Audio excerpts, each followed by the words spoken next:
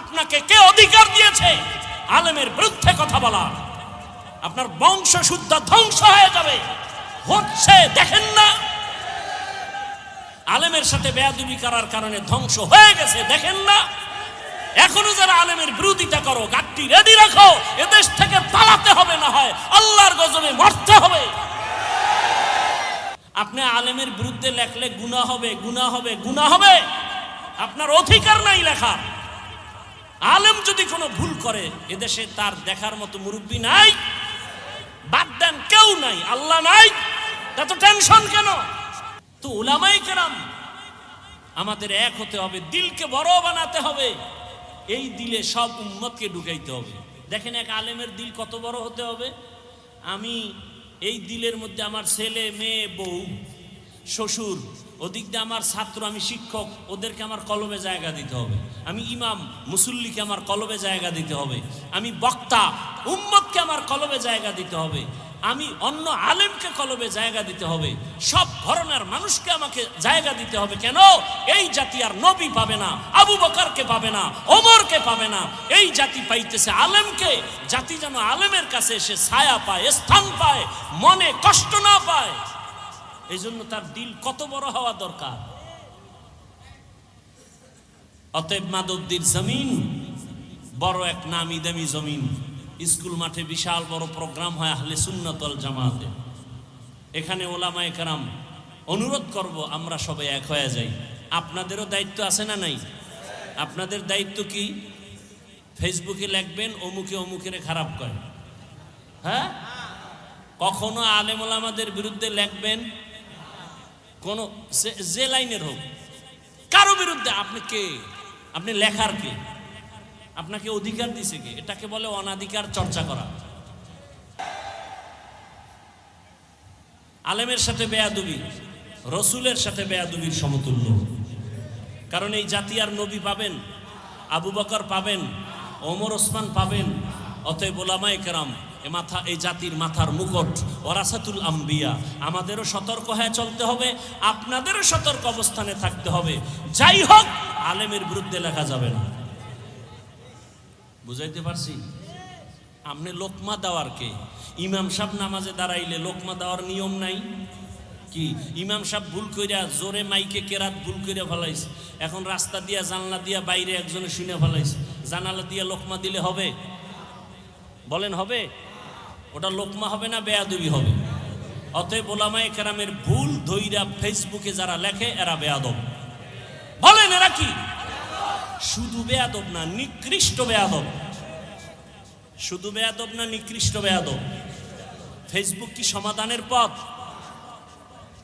নিজের ক্ষতি টেনে আনবেন না, নিজের ক্ষতি টেনে আনবেন না। যে লাইনের আলেম হোক, একসাথ করার চেষ্টা করবেন, এক জায়গায় বসাবার চেষ্টা করবেন, মহব্বতের বন্ধন দেওয়ার চেষ্টা করবেন, দোয়া নেওয়ার চেষ্টা করবেন।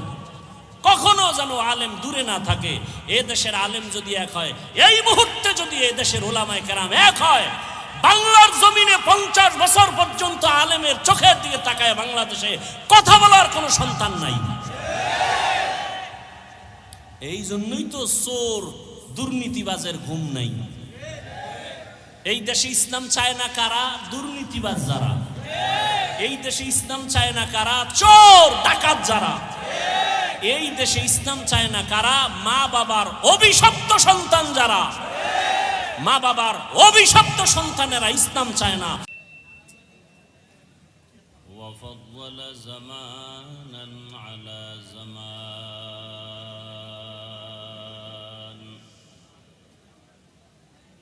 كما فضل مكانا على مكان وإنسانا على إنسان ونشهد أن لا إله إلا الله وحده لا شريك له لا ضد له ولا ند له ولا مثل له ونشهد أن سيدنا ومولانا محمدا عبده ورسوله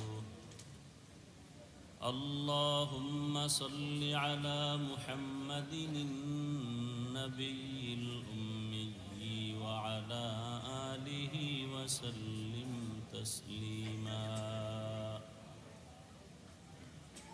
وبعد فأعوذ بالله من الشيطان الرجيم بسم الله الرحمن الرحيم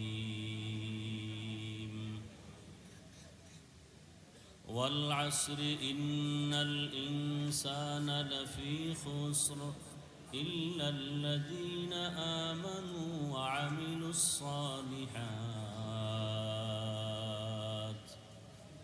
وتواصوا بالحق وتواصوا بالصبر وقال رسول الله صلى الله عليه وآله وسلم من يرد الله به خيرا يفقهه في الدين صدق الله مولانا العظيم صدق رسوله النبي الأمي الكريم ونحن على ذلك من الشاهدين والشاكرين والذاكرين والحمد لله رب العالمين এখানে সুইচ বন্ধ আছে কিনা এটা দেখ আওয়াজ হয় না কেন মনিটরে সাউন্ড হয় না কেন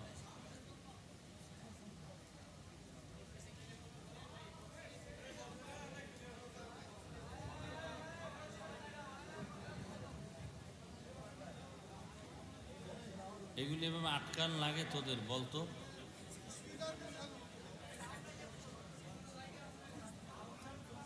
তোকে এই ঝামেলার জন্য আমি মিডিয়া বাদ দিছি একবার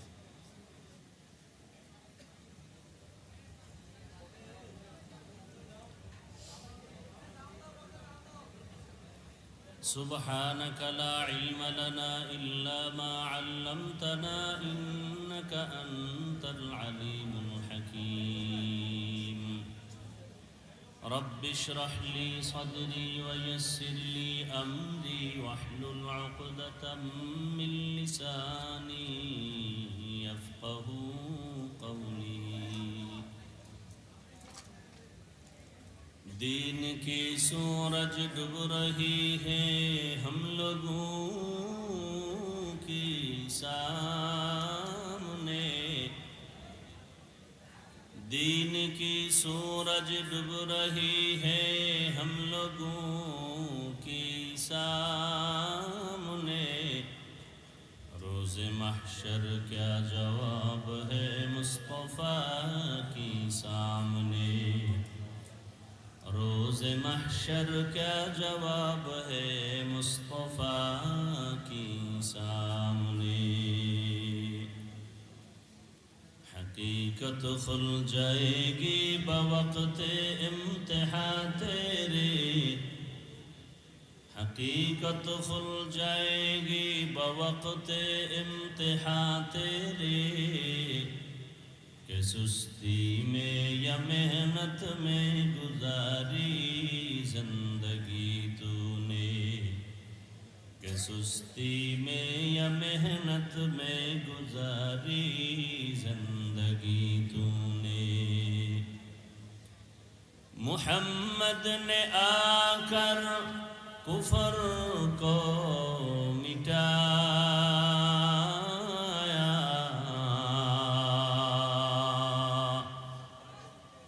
محمد نے آ کر کفر کو مٹایا کفر کو مٹا کر صداقت